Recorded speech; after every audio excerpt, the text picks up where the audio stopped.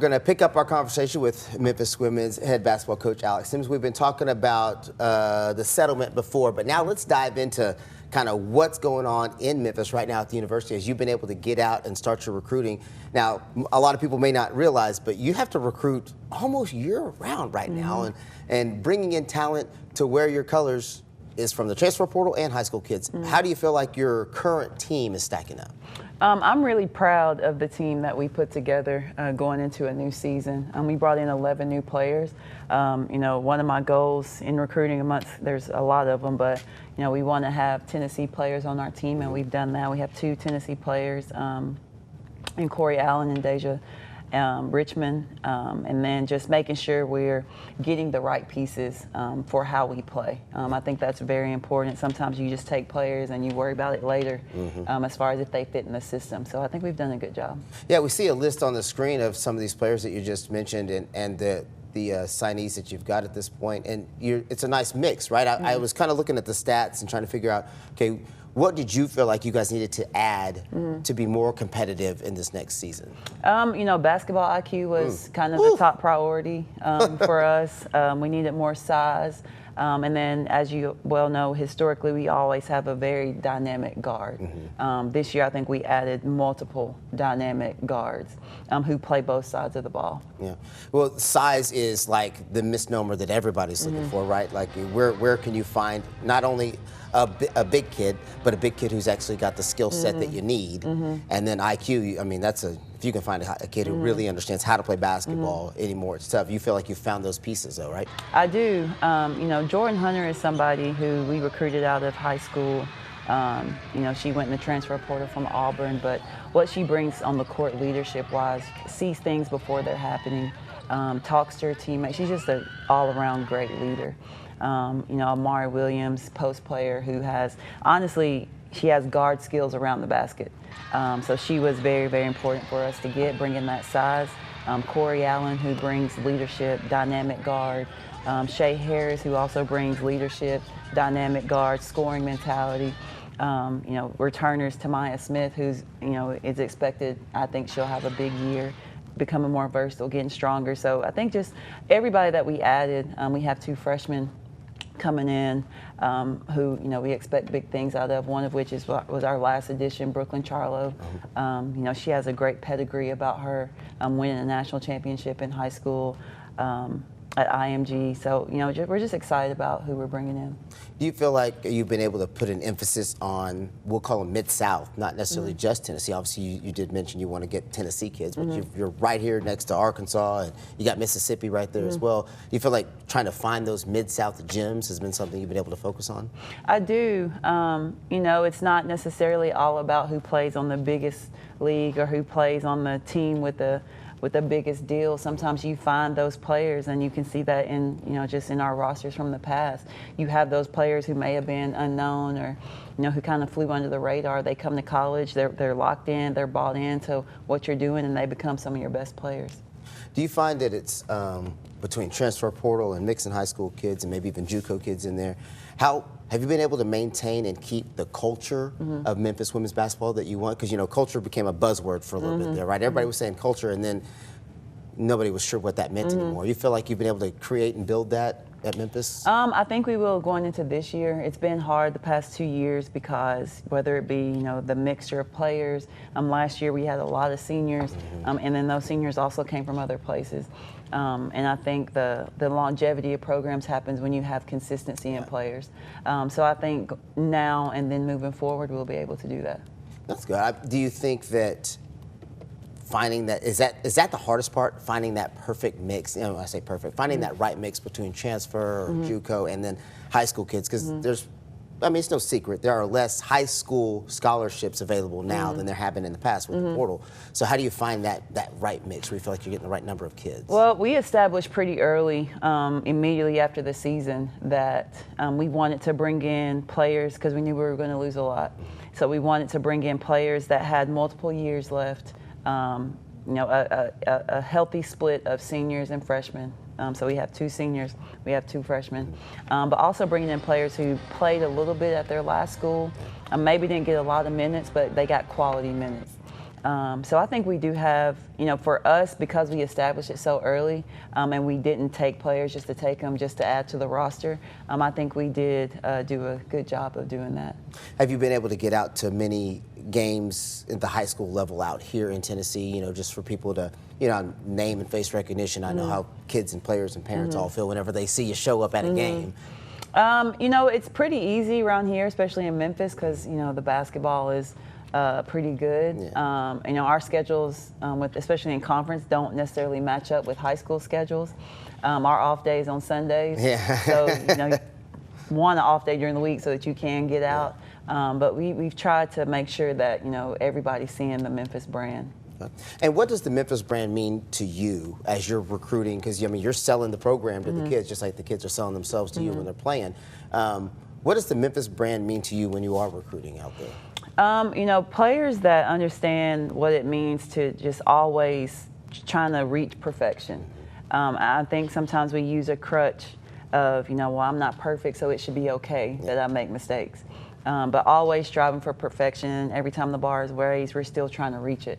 We're never going to get there, but we have to keep going until, the bar is never going to stop. And then I think just applying pressure. That's one of my main phrases right now, is applying pressure no matter what we do, whether it's in the office, on the court. The toughness of players is important, how good of teammates they are, how selfless they are, but then also being selfish, being locked into their own goals and living their goals every day in their lifestyle. You got a lot of that Tennessee Lady Vol coming out in that brand. The toughness, for sure.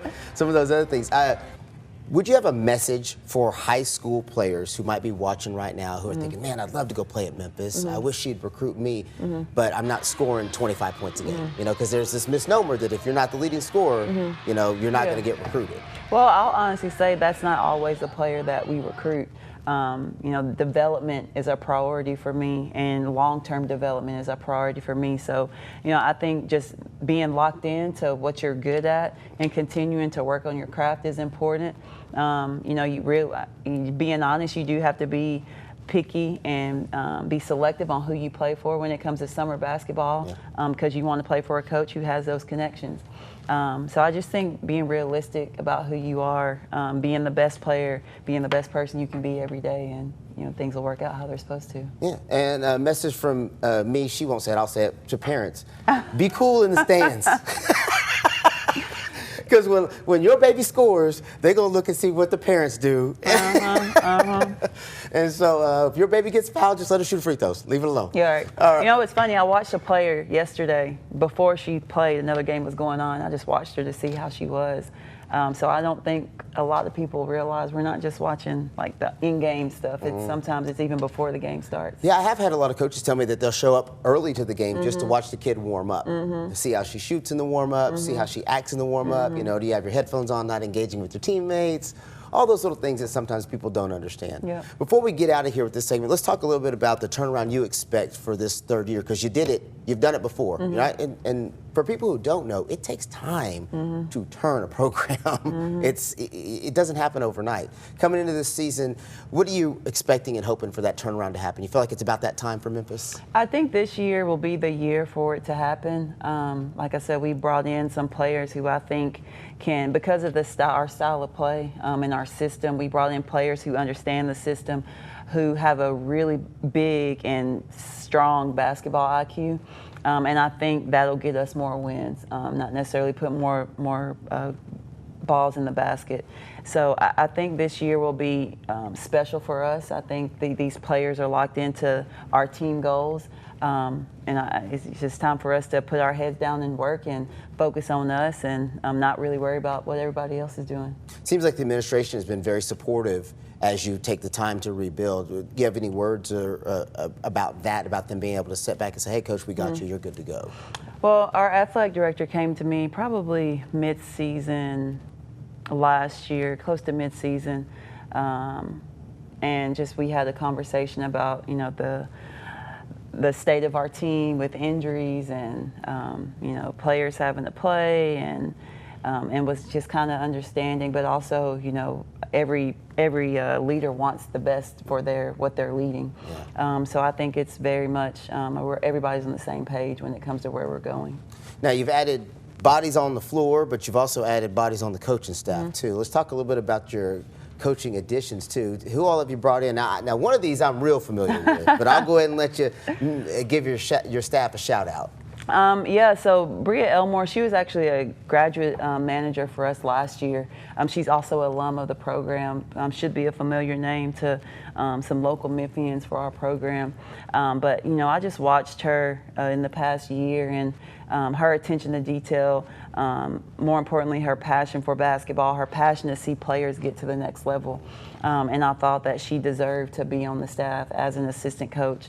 Garner Small, evaluating this season and going back and just reflecting, I kept going back to foundation. As many people may or may not know, but Garner came with me during my first stint as a head coach, helped me build a program, helped me develop a culture. And so, it was important for me to do what I needed to do to get him back on the staff. Shalon Pillow, she's somebody who best name in coaching, by the way. Yeah. she has a lot of experience at many high levels. University of Kentucky, Middle Tennessee State, South Florida, and then she's been a head coach at FAMU. So what she brings, the things that she could take off of my plate, and just having the extra eyes, as somebody who has also had to lead a program, and then Kevin Sullivan, who, I think is somebody who is a basketball brain. He has a really big future. I give him a lot of credit for the efficiency from year 1 to year 2 that we were able to create, and just being a better offensive team. And then being able to keep Harlan Wyatt as our recruiting coordinator. When you look at our roster, you should immediately think of Harlan, because she's done a great job of making sure that we're bringing in the right players. More importantly, and more of a priority, bringing in the right players that fit who I am as a head coach. I can tell you, every assistant coach I know, when we're out on the road, is always like, I got to find out what my coach wants. It's like, yeah, I like that player, but that's not what coach wants. And when you hear the assistants say that, instead of I like that player, I'm going to tell coach say we need her. It's I like that player, but that doesn't fit what coach is looking for. Then you got a staff that's going to get it done. It sounds like you're not just developing players, but you're developing future head coaches as well on that staff. So. Yeah, that's always the goal. My goal as a head coach is I want people around me who also want to be head coaches or at least be in leadership positions. Well, awesome. Thanks so much, Coach, for your time. I Thank appreciate you taking the time. Yeah, Thank so true story. Coach and I met in an airplane. We were both on our way to Houston for a basketball event, and I was like, hey, I work in your city. So it all worked out. We appreciate you spending the time with us today. Everything you've done to this point, not just for your team, but obviously for all the young women that you're helping along the way, as well as the Memphis community. We wishing you the best this season, and just know we're going to be pulling for you here at ABC 24. Yeah, because if there's one thing we know about Memphis, it's a basketball city. You're going to find a hooper somewhere. And there's nothing quite like it when the game's rolling, whether we're talking college or pro. Thanks again, Coach, and good luck this year.